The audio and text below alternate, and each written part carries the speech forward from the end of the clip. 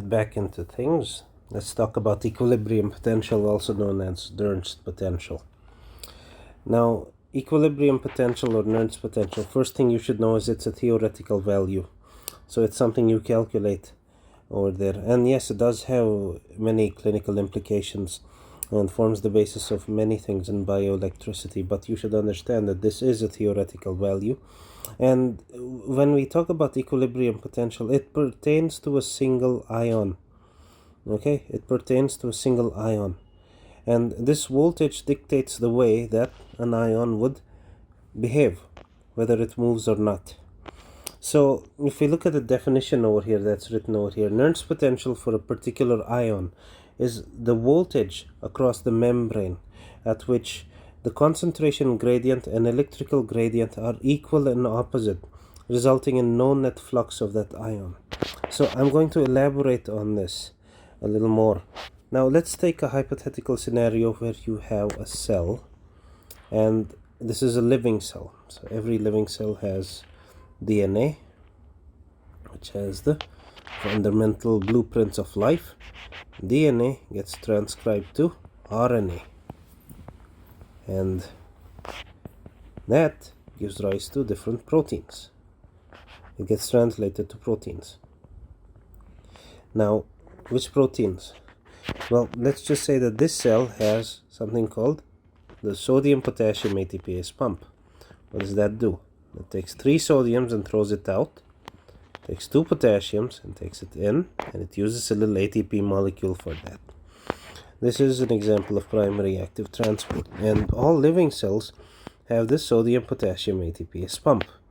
So the sodium and the potassium ATPase pump is going to cause 3 sodiums to go out. So this cell tends to have more sodium outside of it than inside. This is the case in most of your living cells. So that means that sodium levels outside the cell are around 140 milliequivalents per liter, and sodium inside the cell is around 14 milliequivalents per liter. This is something you should remember. What about potassium? Potassium outside the cell is around 4 milliequivalents per liter, and inside the cell potassium is around 140 milliequivalents per liter. These are numbers you shall never forget till you die. Now, we're just talking about a few ions over here, and when we talk about Nernst potential, we'll be looking at only one of these ions and their free movement across the membrane. So now imagine that this cell has the DNA, which is the blueprint for life, and it makes a protein also, which is the ion channel. So we have this ion channel that is located here. We have to imagine a hypothetical scenario where the cell has made an ion channel, and this ion channel is leaky ion channel. That means it is not gated. This is very important to understand. See, there are different types of channels. Those that are gated, which only open when a certain voltage is achieved or when a certain chemical or ligand has bound to receptors attached to those channels. Well, this is not one of those channels. This is a channel which is like a hole in the wall, or like a backstage entry pass for the ion to freely move in and out. It doesn't matter. So we have this this door, and this door has no gate, and an ion, which it is specific for, can move in and out of the cell freely. So let's just draw this again one more time. We make a cell over here, and we have sodium-potassium ATPase pump. It takes 3 sodiums outside the cell, and it takes 2 potassiums inside the cell. Now we have a leaky sodium channel. The DNA just decided to make a leaky sodium channel for whatever reason. So now if this is a sodium channel and it is leaky, it is not gated, this sodium channel can go either ways. So now let's look at the gradient of sodium. If we remember sodium-potassium ATPase pump, it concentrates sodium on the outside. Sodium is 140 milliequivalents and sodium is only 14 milliequivalents per liter on the inside. Let's forget about potassium for some time. Now, looking at the concentration gradient, sodium would want to move inside from an area of higher concentration to an area of lower concentration using this pathway, this little ion channel that is present, this leaky channel. So, sodium, being a positive ion, will enter into the cell and bring its positivity into the cell, making the cell even more positive as it enters. This sodium entering the cell makes it more positive, so the cell starts to depolarize in a way. So we call this depolarization, when you make the inside of the cell more positive compared to the outside. Now, eventually there will be so much positivity that it would repel the next positive sodium ion from entering into the cell. And that voltage, that positive voltage in this case of the cell inside the cytoplasm, is going to be regarded as the equilibrium potential of sodium in this case. So we have a formula to calculate this, and this is the Nernst equation. Nernst equation.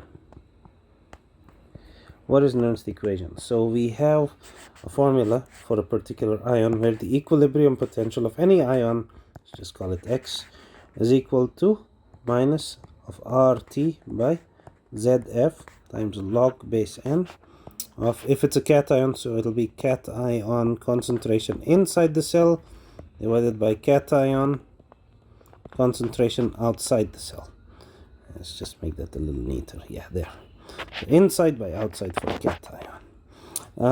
So let's just go through these values over here. R is the universal gas constant. So that's around 8.3 if we remember from our chemistry days. T is temperature in kelvins.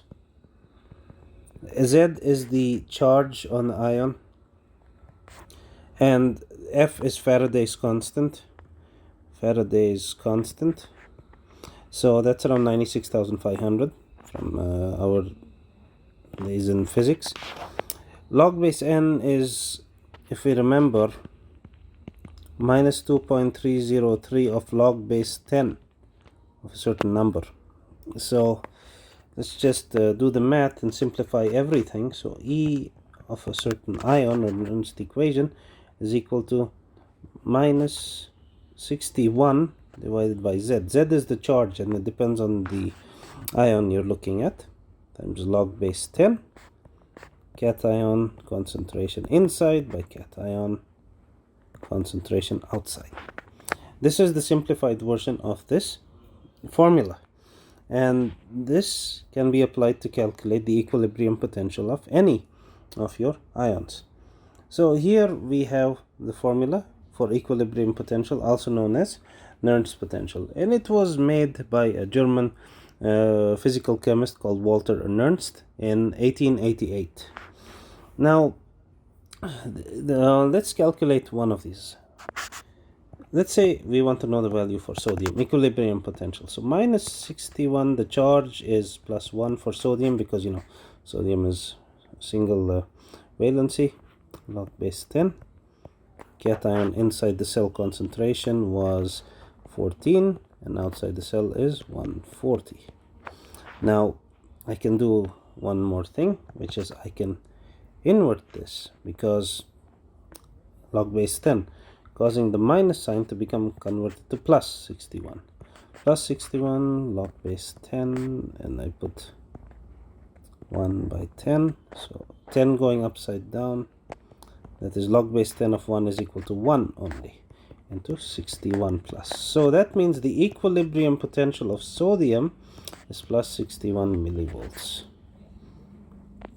You can do the math by yourself. I know you all know your math very well, and this is how you calculate the equilibrium potential of a particular ion like sodium. If we were to do the same thing for potassium, K is equal to minus 61 by Z. Z for potassium is again plus 1 times log base 10 what's the concentration of potassium in the cell? 140, and outside the cell it is 4. So if you do the math, that comes to around minus 95 or minus 94 millivolts. Alright, this is very important to know. The equilibrium potential for sodium and for potassium are quite important, because I want you to know that your plus 61 for sodium is the maximum amount of depolarization that a cell can achieve during action potential.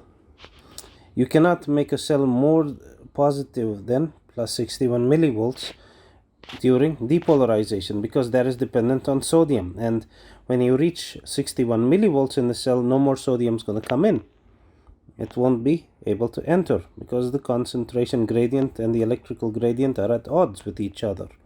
And when it comes to the equilibrium potential of potassium, you realize that there is repolarization and hyperpolarization during action potential. Well, you cannot make the cell more negative or hyperpolarize the cell beyond minus 95 millivolts, because repolarization is dependent on potassium, and the equilibrium potential of potassium is around minus 95 millivolts over here. So that becomes the basement and the ceiling of your action potential. The equilibrium potential becomes the ceiling beyond which you cannot make the cell more positive, and you cannot make the cell more negative, because the equilibrium potential of potassium becomes the basement for your repolarization and hyperpolarization. Can these numbers change? Of course, depending upon the concentration gradients of the different ions across the membrane, and also there are, but mostly it's the concentration gradient across the membrane that plays a role, and that can change under various circumstances. Then that can cause a little bit of change in the height of the action potential, or the basement over there. So this is equilibrium potential, and it's very important to understand. It is where the driving forces, that is the electrical gradient and the concentration gradient, are equal and opposite, so there is no net flux for that particular ion. And don't forget, it forms the ceiling and basement for action potential. What's the ceiling? Sodium's value, and basement is potassium's value of equilibrium potential. We spoke about cations. I just wanted to talk about anions one more time. So if we want to apply this formula for anions, the equilibrium potential or Nernst potential for an anion requires us to just flip the formula. That is to say, it's anion concentration outside by anion concentration inside the cell. So if you're doing it for chloride or any of the other anions in the body, it will be bicarb chloride or whatever, you have to put the outside divided by the inside concentration. Or there's another way, anion inside by outside. Oh, sorry about that. Anion outside log base 10. I'm writing backwards. I grew up in the Middle East, so bear with me. Now here I'm going to turn this 61 into a plus sign, because I've inverted the log.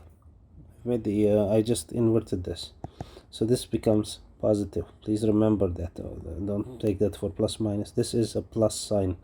Alright, so this helps you to understand how you can use these formulas for cations and anions, and inverting this concentration will change the sign over here from plus to minus or minus to plus.